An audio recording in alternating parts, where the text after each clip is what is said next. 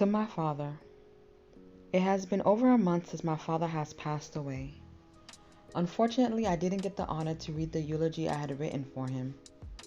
Writing his eulogy was therapeutic and reminded me of the impact he had on my life.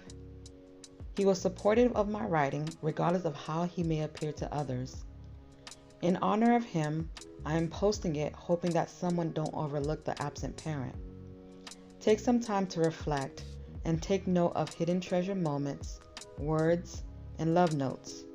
You may realize that they may not have been as absent as you thought. I'm the second born of Jocelyn Esperance, also known as Ansla, and for those that respect him, they called him Met. My siblings and I would like to thank everyone who came out to help us celebrate the life of our father. Although we are mourning, I stand here with humility and proud to talk about our father. If I could use one word to describe our father, I would use the word family. He lived for his family, not just his children, but his siblings, aunts, uncles, nieces, nephews, and cousins.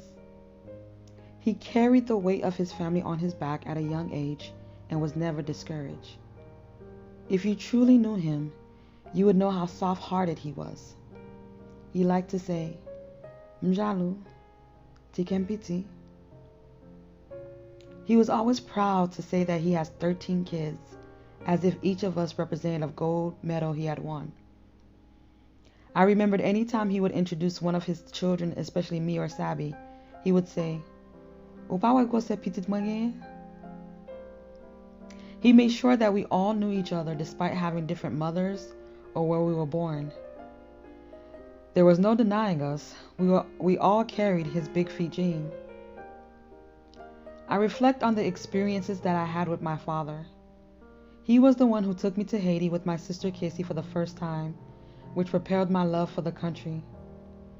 He never failed to remind me of how proud he was of my accomplishments.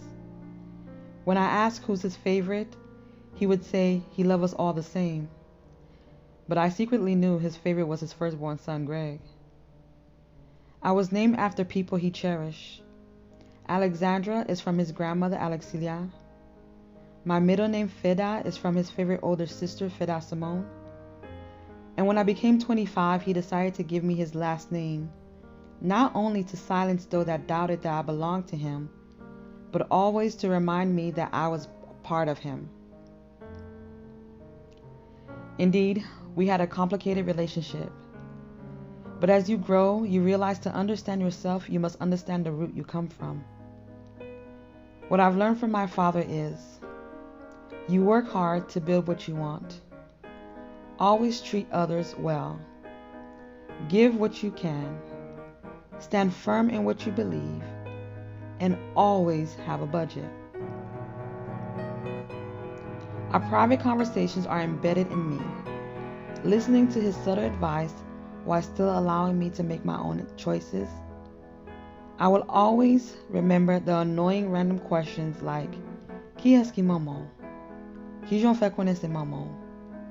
Écoute là." Or when he says, "Bon Alexandra, ou pas j'en fais manger pour papa?" Our last conversation was to share my unexpected loss earlier this year. His advice still and will continue to ring in my ear and in my heart.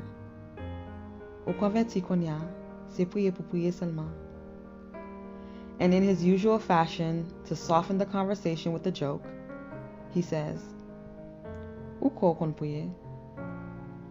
I laughed and said, Ansla, my silent prayer was that you also had private talks with your Father the Creator just like we did.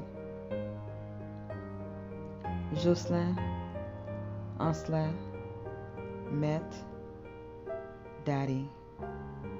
The impact you had on so many will remain, and I hope we continue to make you proud. We love you, Daddy. May you no longer hurt, and may your soul rest in peace.